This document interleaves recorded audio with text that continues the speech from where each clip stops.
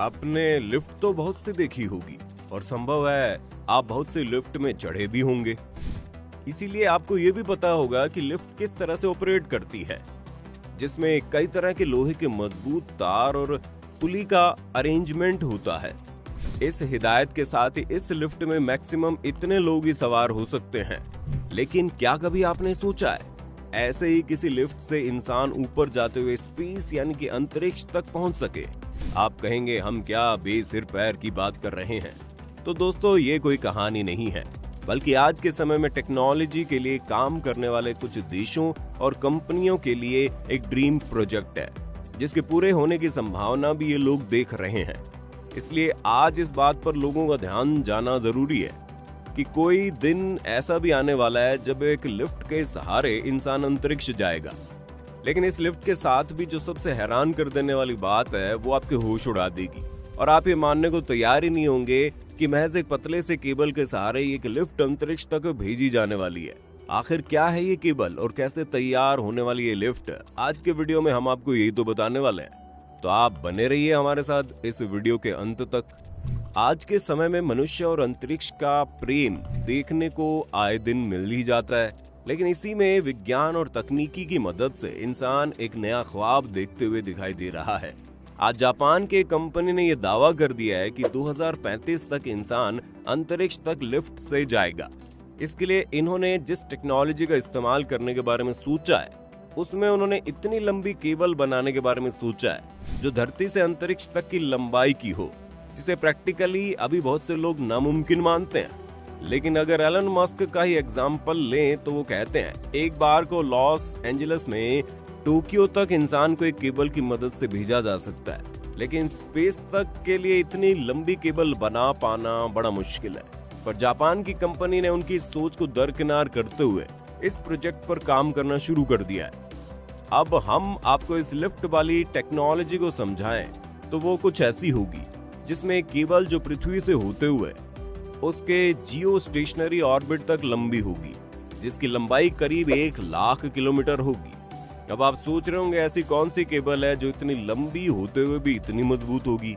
तो इसके लिए मैं आपको बता दूं ये कोई आम केबल नहीं होगी, बल्कि शिजुका यूनिवर्सिटी के साथ मिलकर इस स्पेस एलिवेटर प्रोजेक्ट पर काम कर रही कंस्ट्रक्शन कंपनी का कहना है कि इस एलिवेटर के लिए वो कार्बन नैनो ट्यूब तकनीक का इस्तेमाल करेंगे, जिसकी मजबूती स्टील से 20 गुना ज्यादा होगी। इससे लिफ्ट का मेन शाफ्ट भी तैयार होगा। इस पर ही खिसकते हुए स्पेस एलिवेटर लोगों को 60,000 मील यानी करीब 96,000 किलोमीटर की ऊंचाई तक ले जाएगा।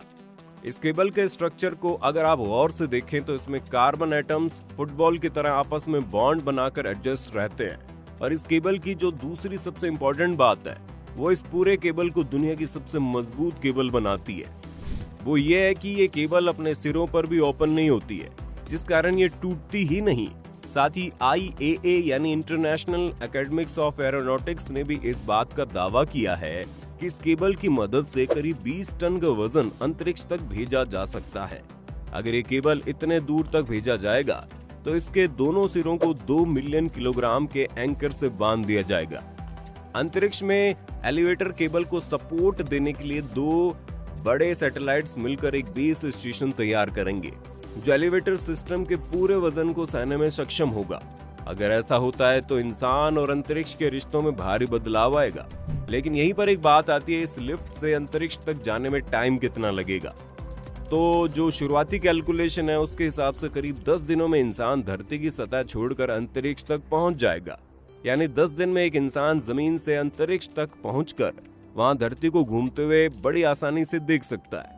साथ ही अगर प्रोजेक्ट पूरा होता है तो ये अंतरिक्ष में 1 किलोग्राम सामान ले जाने की कीमत को $20,000 से घटाकर $500 कर देगा, जिससे अंतरिक्ष तक जाना बहुत सस्ता हो जाएगा। आइए अब ये देखते हैं इस केबल से एलिवेटर को ऊपर कैसे पहुंचाया जाएगा। तो इसके लिए पहले आप ये समझिए, जो भी रॉकेट पृथ्वी के गुरुत्वाकर्षण के पार जाने की कोशिश करता है वो पहले तो सीधा उड़ता हुआ जाता है और फिर उसके बाद वो धीरे धीरे मुड़कर पृथ्वी के ही चारों ओर घूमना शुरू कर देता है। लेकिन रॉकेट को इस तरह तिरछा घूमने के लिए एनर्जी और फ्यूल की जरूरत पड़ती है।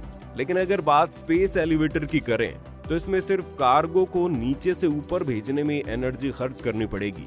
उसके बाद ये जब स्पेस के अपने आखिरी पॉइंट पर पहुंचेगा तो ये ऐसी हाइट पर पहुंच चुका होगा कि वहां से जरा सा धक्का देने पर ही वो कार्गो अर्थ के ऑर्बिट को चक्कर लगाना शुरू कर देगा और इसके लिए उसे जरूरी फोर्स पृथ्वी की ग्रेविटी से ही मिल जाएगा और वो उसकी मदद से ही घूमने लगेगा। इसी घूमने के कारण ही वो अर्थ के ऑर्बिट से बाहर भी जा सकता है और इस तरह से मंगल और चांद पर जाना भी बहुत आसान हो जाएगा। ऐसा नहीं कि स्पेस एलिवेटर के बारे में हम सिर्फ आज ही सोच रहे हैं, बल्कि दुनिया में स्पेस एलिवेटर का सपना सदियों से देखा जा रहा है। साल 1895 में रूसी वैज्ञानिक कॉन्स्टेंटिन सियोलकोवस्की ने पेरिस के एफिल टावर को देखने के बाद पहली बार स्पेस एलिवेटर बनाने का विचार किया था। इसके करीब 120 साल बाद अब अंतरिक्ष ले जाने वाली स्पेस एलिवेटर का शुरुआती ट्रायल शुरू हो चुका है। जापान के इस मिनी एलिवेटर टेस्ट के दौरान अंतरिक्ष में 2 मिनी सैटेलाइट्स के बीच एक 10 मीटर का स्टील केबल लगाया जाएगा, जिस पर ये मिनी एलिवेटर कंटेनर एक जगह से दूसरी जगह तक मूव करेगा। शिजुका यूनिवर्सिटी के एक वैज्ञानिक ने बताया है कि अंतरिक्ष में एलिवेटर मूवमेंट का ये टेस्ट वाकई में दुनिया में पहली बार होगा। वैज्ञानिकों के मुताबिक अगर ये टेस्ट सफल हो जाता है तो जापानी वैज्ञानिकों की टीम का मुख्य फोकस स्पेस एलिवेटर को विकसित करने पर चला जाएगा। अगर इस पूरे प्रोजेक्ट की लागत को देखें तो वो लागत इतनी है कि उसे कोई यूनिवर्सिटी नहीं प्रोवाइड करवा सकती। अगर हम इसको देखते हुए एक स्पेस एलिवेटर को पूर्ण रूप से बनाने की बात करें तो सब जोड़कर कुल 6.2 अरब अमेरिकी डॉलर की लागत आएगी। खैर, अभी भी जापान का सपना बहुत ही मुश्किलों से गुजरने वाला है, क्योंकि स्पेस एलिवेटर कोई लोकल काम नहीं है, बल्कि इसमें कई सारे देशों की मंजूरी और बाकी देशों के आसमान के हिस्सों में कोई दखल ना हो, ये भी देखना होगा। लेकिन ऐसा संभव नहीं है कि जापान इसे सिर्फ अपने बल पर बना ले। ऐसे में चीन जैसे देश आने वाले समय में इस प्रोजेक्ट के खिलाफ विरोध जरूर बताएंगे। खैर, बतौर मनुष्य तरक्की ही आखिरी मुकाम होना चाहिए, इसलिए अगर ये प्रोजेक्ट किसी भी तरह से संभव है तो बिना किसी विवाद के सभी देशों से मंजूरी मिली जानी चाहिए। आप क्या सोचते हैं, अगर स्पेस तक जाने के लिए एक लिफ्ट बन जाती है तो इंसानी जीवन में क्या सुधार आएगा? हमें कमेंट में बताइए। वीडियो पसंद आई तो लाइक और शेयर कर देना, साथ ही चैनल को सब्सक्राइब तो कर ही देना।